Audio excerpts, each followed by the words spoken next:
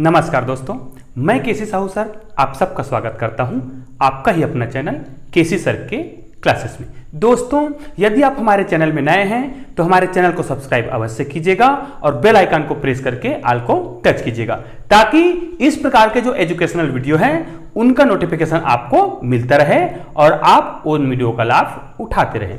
आइए दोस्तों, आज हम एक बहुत ही महत्वपूर्ण विषय पर चर्चा करेंगे, प्रत्यानयन बल युग्म का आघूर्ण। जी हाँ, ये बहुत ही महत्वपूर्ण होता है और याद रखिए ये हमारे दैनिक जीवन में उपयोग भी होता है।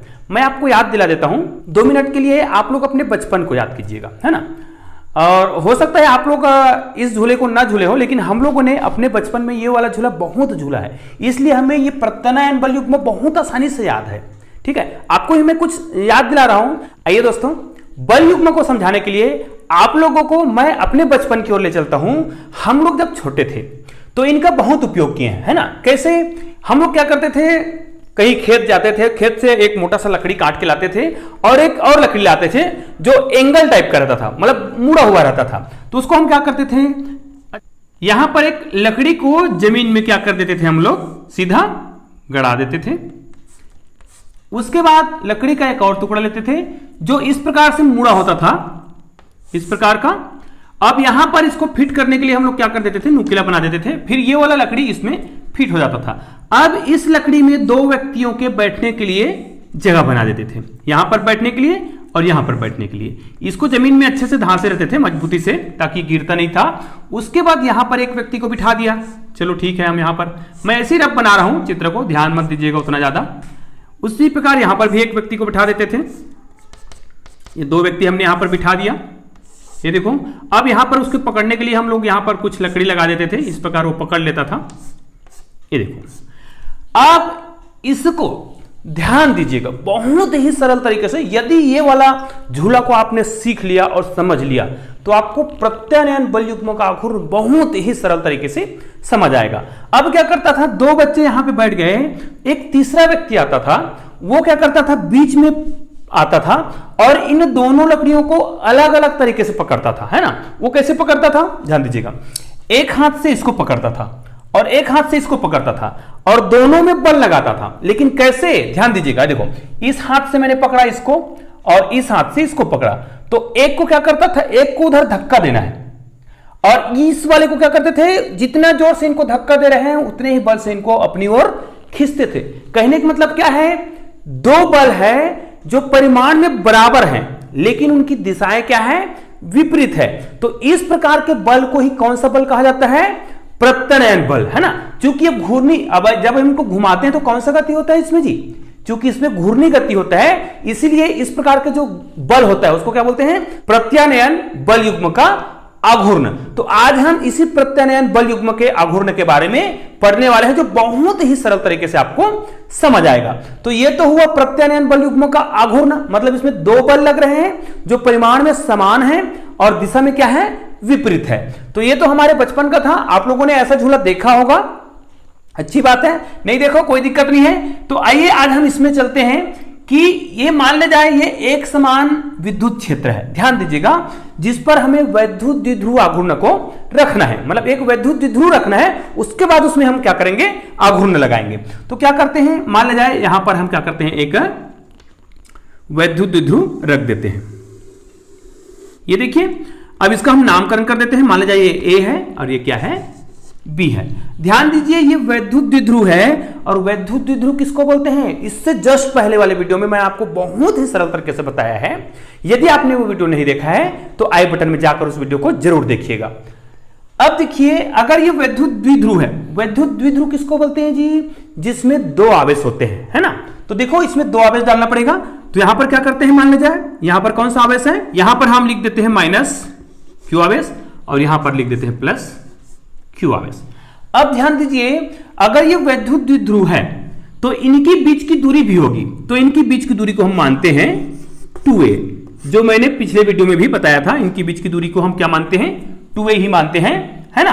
अब ध्यान दीजिए, ये जो वैद्युत द्विध्रुव है इसी पर समान परिमाण के 2 बल लगाने हैं, ठीक है। तो ध्यान दीजिए, एक बल यहां पर लगेगा, बहुत सावधानी से देखिएगा, एक बल यहां पर लगेगा जो इस दिशा में कार्यरत होगा, तो इस बल का नाम देते हैं Q ई। ध्यान दीजिए दोस्तों, ये वाला जो बल है वो इस दिशा में कार्यरत होगा, तो यहां पर जो बल होगा वो भी परिमाण में समान होंगे लेकिन दिशा विपरीत होगा। तो यहां पर जो बल लगेगा वो कैसे होगा, ऐसे होगा। ध्यान दीजिएगा, तो यहां पर क्या होगा, क्यू ई, यहां पर बल होगा वो क्या होगा, दिशा में विपरीत होगा लेकिन परिमाण में क्या होंगे, बराबर होंगे। अब ध्यान दीजिए, ये जो वैद्युत द्विध्रुव घूर्ण है यहां से तो फिक्स है माना जाए, ये इधर की ओर खींच रहा है और एक बल इधर की ओर खींच रहा है, तो क्या होगा, एक स्थिति ऐसा आएगा कि ये दोनों क्या हो जाएगा, ध्यान दीजिए ना, ये इनको इधर खींचा जा रहा है, इनको इधर खींचा जा रहा है, तो एक स्थिति ऐसा आएगा कि ये जो वैद्युत द्विध्रुव है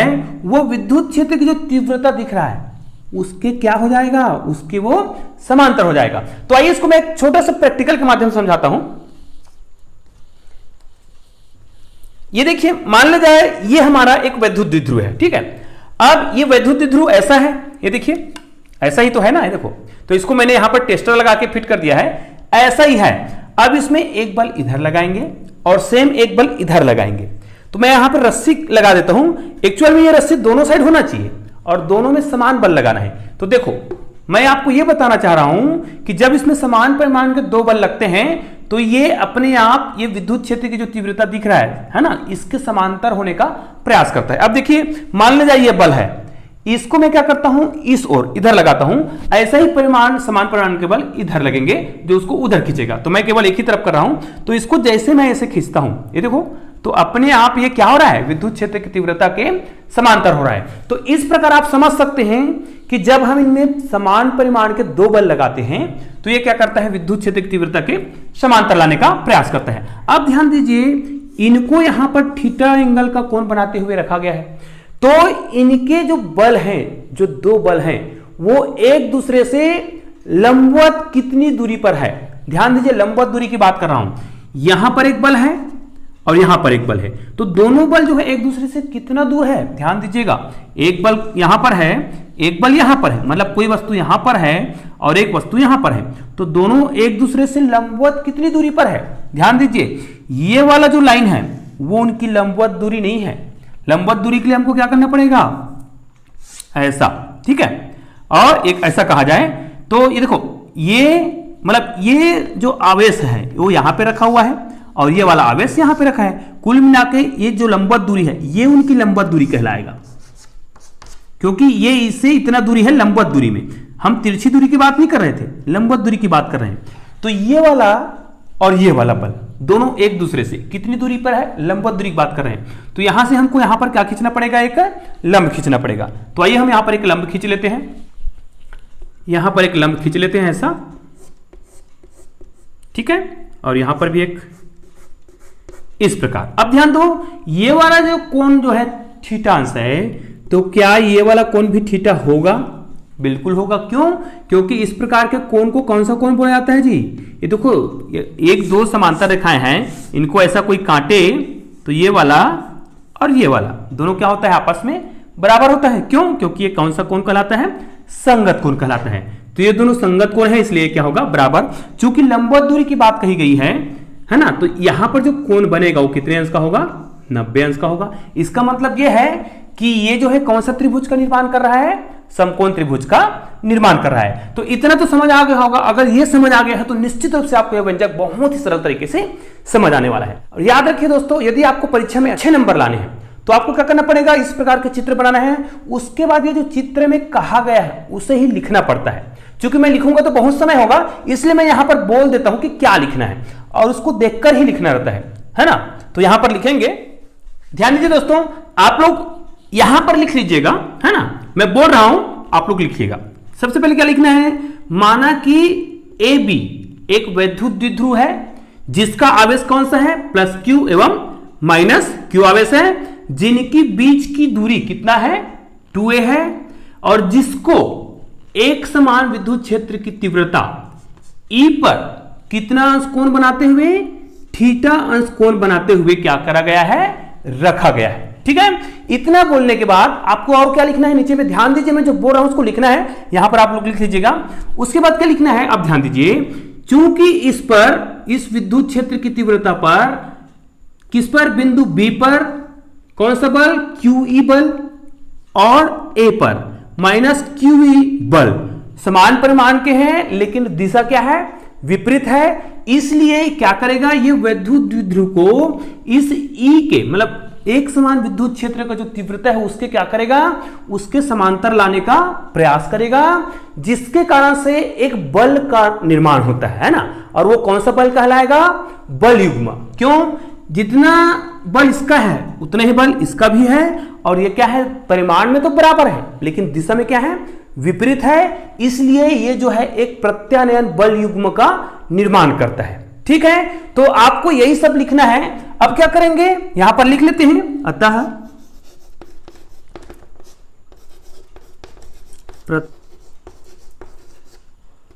प्रत्यानयन बल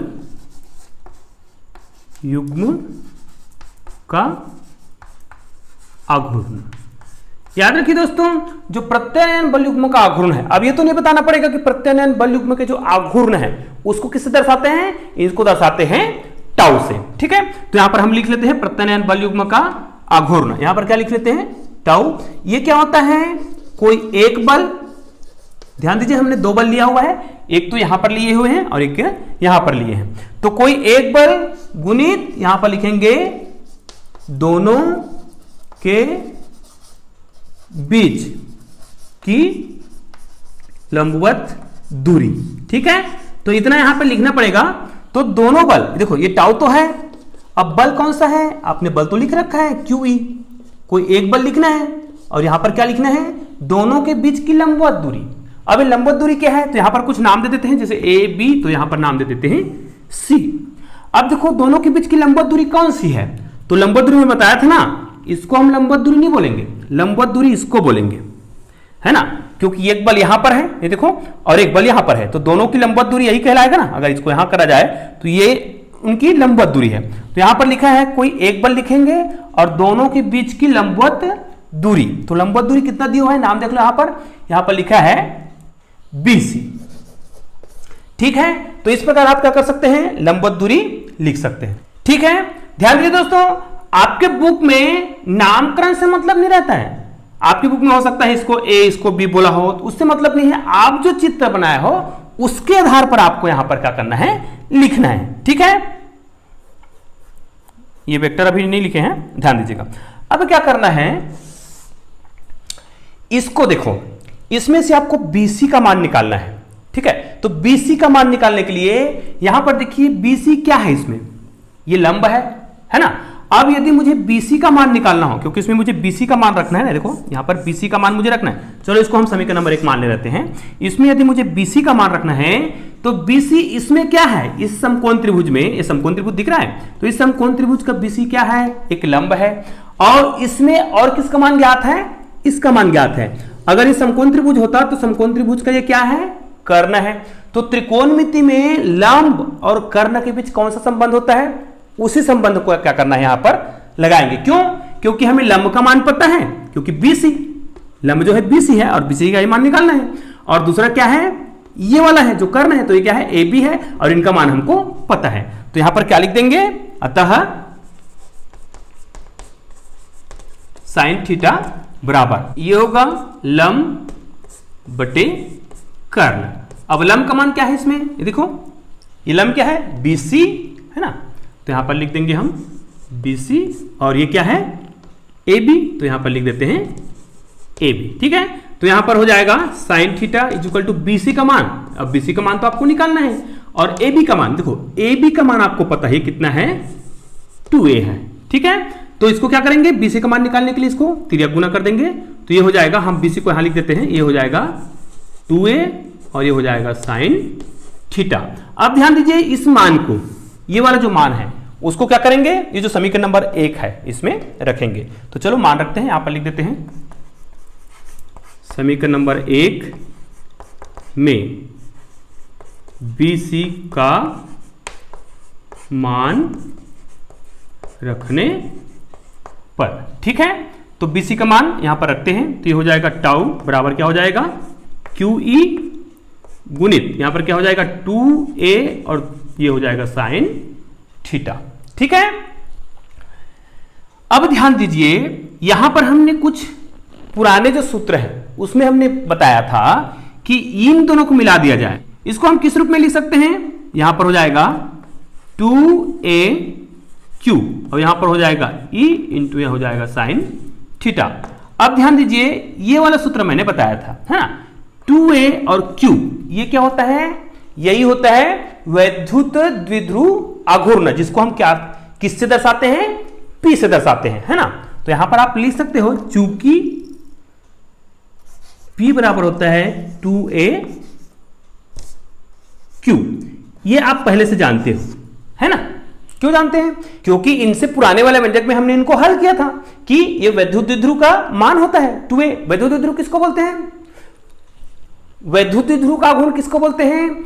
आवेश एवं दोनों आवेशों के बीच की दूरी का जो गुणनफल होता है वही क्या होता है? उसका वैद्युत द्विध्रुव आघूर्ण, और इसको हम किससे दर्शाते हैं? P से दर्शाते हैं। तो यहां पर जो 2A और Q आया है उसकी जगह हम क्या रख दें? P रख दें, तो ये हमारा व्यंजक प्राप्त हो जाएगा। तो इस प्रकार हमारा जो टाउ का मान है वो कितना आ जाएगा? PE और यहां पर हो जाएगा साइन थीटा। ठीक है, यही जो है वैद्युत द्विध्रुव के प्रत्यानयन बल युग्म के आघूर्ण का सूत्र है। तो आइए इसके बारे में हम एक बहुत ही महत्वपूर्ण पॉइंट के बारे में जानते हैं। अभी पूरा बचा हुआ है, ध्यान दीजिएगा, अभी शुरू से अंत तक देखना है। ध्यान दीजिए, इसको हम क्या कर सकते हैं? इसको मैं मिटा देता हूं। आइए दोस्तों, इसका हम सदिश रूप लिखते हैं। ध्यान दीजिए, ये जो टाउ है, टाउ का मान कितना आया है? PE और साइन थीटा। ये हमारा प्रत्यानयन बल युग्म के आघूर्ण का क्या है? व्यंजक है। दोस्तों यदि इसको हम सदिश रूप में लिखना चाहें तो आपको सदिश का क्रॉस मल्टीप्लिकेशन, है ना, जो क्रॉस गुना होता है, आपको सूत्र याद होगा। जैसे A क्रॉस B का मान कितना होता है?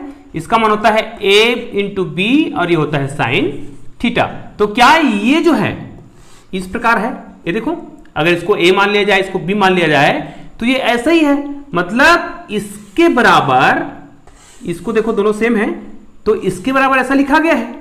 मतलब देखो A B साइन थीटा है, उसको A क्रॉस B लिखा जा रहा है, तो PE साइन थीटा है, उसको क्या लिखा जाएगा सदिश रूप में? तो समझ तो आ गया होगा, ये हो जाएगा टाउ बराबर, ये हो जाएगा P क्रॉस E। देखो इसी पैटर्न में ये सदिश रूप में हो गया। तो इस प्रकार हम इसका सदिश रूप भी लिख सकते हैं, जो बहुत ही सरल है। अब आइए, इनके तीन कंडीशन है। प्रत्यानयन बल युग्म का आघूर्ण का मान सबसे अधिक कब होगा? ये परीक्षा में पूछे ही जाते हैं और ये तो कॉम्पिटिटिव एग्जाम के लिए बहुत ही महत्वपूर्ण होता है। तो आइए इनके तीन कंडीशन के बारे में हम जानते हैं। तो आइए दोस्तों, इनके जो तीन कंडीशन होते हैं उनके बारे में जानते हैं कि प्रत्यानयन बल युग्म का आघूर्ण का मान सबसे अधिक कब होता है। तो ये तो हमारा मुख्य सूत्र है प्रत्यानयन बल युग्म के आघूर्ण का। तो इनके हमको तीन कंडीशन निकालने होंगे। ठीक है, वो तीन कंडीशन कौन कौन सा है? बहुत ही सरल तरीका से है। आपको बता दूं, यदि आपको ये चित्र याद है, अभी मैंने जस्ट चित्र बनाया था, है ना, इस प्रकार का हमने एक बल बनाया था, इस प्रकार ऐसा, है ना। ये देखो, अब यहां पर जो थीटा का जो एंगल था, थीटा का जो कोण है, इसी के आधार पर इनको क्या करना है? परिभाषित करना है। तीन प्रकार के कंडीशन निकालना है। तो देखिए थीटा का मान, यहां पर एक थीटा है, वही वाला थीटा है। तो यदि थीटा का मान क्या हो? शून्य अंश हो, तो इस शून्य अंश को यहां पर रख दिया जाए। ठीक है, तो शून्य अंश यहां रखेंगे तो हमको पता है साइन जो शून्य है उसका मान कितना होता है? शून्य होता है। मतलब टाउ का मान इस स्थिति में क्या होगा? PE 0 हो जाएगा, गुणित 0 हो जाएगा। इसका मतलब टाउ का मान क्या होगा? शून्य होगा। मतलब यदि थीटा का मान शून्य है, मतलब यहां पर कोई भी कोण ना बने, तो ये वैद्युत द्विध्रुव आघूर्ण है वो कैसा रहेगा? ये ऐसा ही रहेगा, मतलब इस प्रकार का रहेगा ये। मतलब इसमें कोई भी कोण नहीं बनेगा। अब जब इसमें कोई भी कोण नहीं बनेगा तो उसमें कोई बल भी कार्यरत नहीं होगा। तो ये पहला कंडीशन हो गया। उसी प्रकार इसका दूसरा कंडीशन कौन सा होगा? जब थीटा का मान क्या हो? 90 अंश हो। थीटा का मान 90 अंश का मतलब क्या है? ये जो वैद्युत द्विध्रुव जो दिख रहा है और ये विद्युत क्षेत्र की तीव्रता था ना, एक समान विद्युत क्षेत्र बोले थे ना, इनको क्या कर दिया जाए? यदि लंबवत कर दिया जाए इस प्रकार, है ना। तो आप ये तो समझ आ गया होगा कि जब ये लंबवत होगा तो इसमें अधिक बल लगाने की आवश्यकता होगी। ये देखो, क्योंकि ये कितने अंश का हो गया? जो थीटा है वो कितने अंश का हो गया है? अब 90 अंश का हो गया है। यदि थीटा 90 अंश हो तो इसमें यदि थीटा का मान 90 अंश रख दिया जाए, इसमें देखो तो टाउ का मान कितना होगा? इसके 90 अंश मतलब कितना होता है? साइन 90 का मान कितना होता है जी? 1 होता है ना। ये देखो 1, तो यहां पर 1 रखेंगे तो टाउ का मान कितना आएगा? पीई आएगा जो क्या है, अधिकतम है। मतलब इस स्थिति में इनका मान क्या होता है, अधिकतम होता है, और इस स्थिति में क्या होगा, ये स्थायी होगा। तीसरा कंडीशन कौन सा होता है, तीसरा कंडीशन होता है थीटा इज इक्वल टू 180 अंश। 180 अंश का मतलब समझ आ रहा है ना, ये वाला जो है उसको घुमा के इधर इस एंगल पे ला दिया गया है, इसको इधर, मतलब वो फिर क्या हो गया है, ई के समांतर हो गया है, लेकिन विपरीत हो गया है। कहने का मतलब क्या है, थीटा इज इक्वल टू 180 अंश। अब हमको फिर पता है कि थीटा का मान जब 180 अंश हो तो उसका मान भी कितना होता है, साइन 180 अंश का मान भी कितना होता है, साइन 180 अंश का मान भी कितना होता है, शून्य ही होता है। तो इसका मतलब जब हम इस मान को इसमें रखेंगे यहां पर, तो टाउ का मान पुनः कितना आएगा, पीई गुणित 0 आएगा, मतलब टाउ का मान पुनः यहां पर क्या आ जाएगा, शून्य आ जाएगा। लेकिन इस स्थिति में इनको हम क्या बोलते हैं, अस्थायी बोलते हैं। इसमें जो बल होता है शुरुआत वाले में क्या होता है, इसमें स्थायी होता है, क्योंकि इसमें भी शून्य होता है, और इसमें क्या होता है, इसमें भी शून्य होता है, लेकिन अस्थायी होता है। क्यों अस्थायी होता है, क्योंकि 180 अंश मतलब ये इतने एंगल से क्या हुआ है, ये घुमा हुआ है, कभी भी अपने पूर्वावस्था में क्या हो सकता है, आ सकता है, इसीलिए इसको क्या कहा जाता है, ये अस्थायी कहलाता है। तो दोस्तों इस प्रकार इसके 3 कंडीशन है जो बहुत ही सरल तरीका से आपको बताया गया है। तो दोस्तों उम्मीद है आज का वीडियो आपको पसंद आया होगा, और यदि आपको वीडियो पसंद आया है तो इस वीडियो को लाइक कीजिएगा और अधिक से अधिक बच्चों तक शेयर कीजिएगा, ताकि सभी बच्चे इस लॉकडाउन में भी अपना पढ़ाई जारी रख सकें और अधिक से अधिक इस वीडियो का लाभ उठा सकें। कल हम मिलेंगे एक और बेहतरीन वीडियो के साथ, तब तक के लिए जय हिंद, जय भारत, जय श्री राम।